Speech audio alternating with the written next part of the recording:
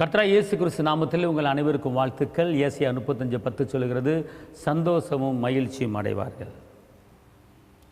இன்றைக்கி நீங்கள் சந்தோஷமும் மகிழ்ச்சியும் அடைவீங்க. உங்கள் துக்கம் சந்தோஷமாக மாறுகிறது, உங்கள் நெருக்கம் பெருக்கமாக மாறுகிறது. உங்கள் கண்ணீர் பாதி உருவம் நடந்து களிப்பான நீரூற்றுகளாய் மாற்றுகிற கர்த்தர் உங்கள் நெருக்கத்தை எடுத்து போடுகிறார், உங்கள் துக்கத்தை எடுத்து போடுகிறார்.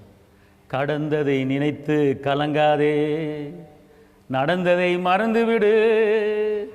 கர்த்தர் இன்னைக்கு புதியன செய்திடுவார். கர்த்தர் இன்னைக்கு புதியன செய்திடுவார். அதனால் கலங்கிடவே வேண்டாம், நீங்கள் கலங்கிடவே வேண்டாம். நம்ம இயேசு கைவிட மாட்டார், நம்ம இயேசு கைவிட மாட்டார். திராணிக்கு மேலாக சோதிக்கப்பட ஒரு நாளும் விடமாட்டார்.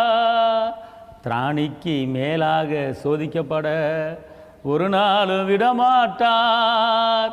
தாங்கிடும் பலன் தருவார், தப்பி செல்ல வழி செய்வார். உங்களுக்கு தாங்கிடும் பலன் தருவார், தப்பி செல்ல வழி செய்வார். நீங்கள் தப்பி செல்ல வழி செய்வார், நீங்கள் தப்பி செல்ல வழி செய்வார். கர்த்தர் சொல்கிறார், பிரச்சனையை தாண்டுவதற்கு, வேதனையை தாண்டுவதற்கு, தப்புவதற்கு அவர் வழி உங்களுக்கு செய்வார்.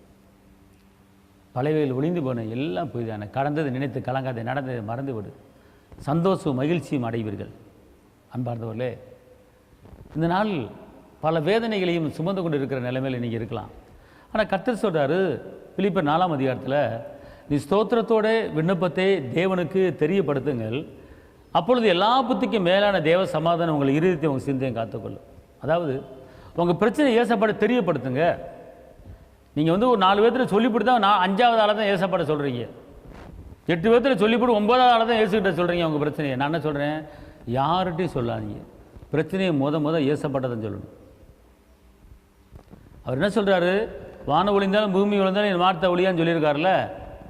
அவர் சொன்னார், நீ எனக்கு தெரியப்படுத்து. நீ எல்லாவற்றையும் குறித்து. அப்படின்னா உன் குடும்பத்தில் என்ன இருக்குது, ஒரு காரியமோ 2 காரியம், எத்தனையோ காரியம் இருக்குது. எத்தனை காரியம் இருந்தாலும் எல்லாவற்றையும் குறித்து எனக்கு நீ தெரியப்படுத்து. நீ தெரியப்படுத்தும் போது உன் இருதயத்தையும் சிந்தையை நான் பாதுகாத்துக் கொள்வேங்கிறார். நம்ம தெரியப்படுத்துறது கிடையாது, தெரியப்படுத்துங்க அப்பாட்ட சொல்லுங்கள், உங்கள் வேதனையை சொல்லுங்கள், உங்கள் கஷ்டத்தை சொல்லுங்கள், நெருக்கத்தை சொல்லுங்கள். அவர் பெரிய காரியத்தை கர்த்தர் உங்களுக்கு செய்வார். அல்லேலூயா. அதனால் வேதனைப்படாதீங்க, கவலைப்படாதீங்க, சோர்ந்து போகாதீங்க. சந்தோஷத்தையும் மகிழ்ச்சியும் கர்த்தர் இன்றைக்கி தரப்போகிறாரு. கர்த்தருக்குள் எப்பொழுதும் சந்தோஷமாக இருங்கள். மன மகிழ்ச்சி நல்ல ஔஷதம். சந்தோஷமாக இருக்கும், அந்த மகிழ்ச்சியாக இருக்கும்போது நீங்கள் சுகவானாக பலவானாக மாறுறீங்க. பலவீனம் உங்களுக்கு வராது. அதனால் சந்தோஷமாக இருக்க கற்றுக்கொள்ளுங்க.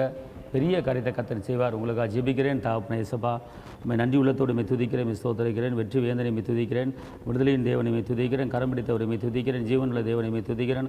அப்பா, இந்த நாளில் இந்த வேலையில் உடைய மகிமையின் கரம், உடைய கிருபையின் கரம், உடைய பலத்தின் கரம் கூட இருப்பதாக.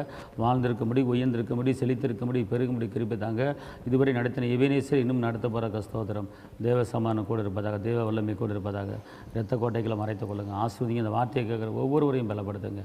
இயேசுவின் நாமத்தில் பிதாவே, ஆமென். கர்த்தர் உங்களை ஆசீர்வதிப்பார். அல்லேலூயா. தேவனுக்கு மகிமை.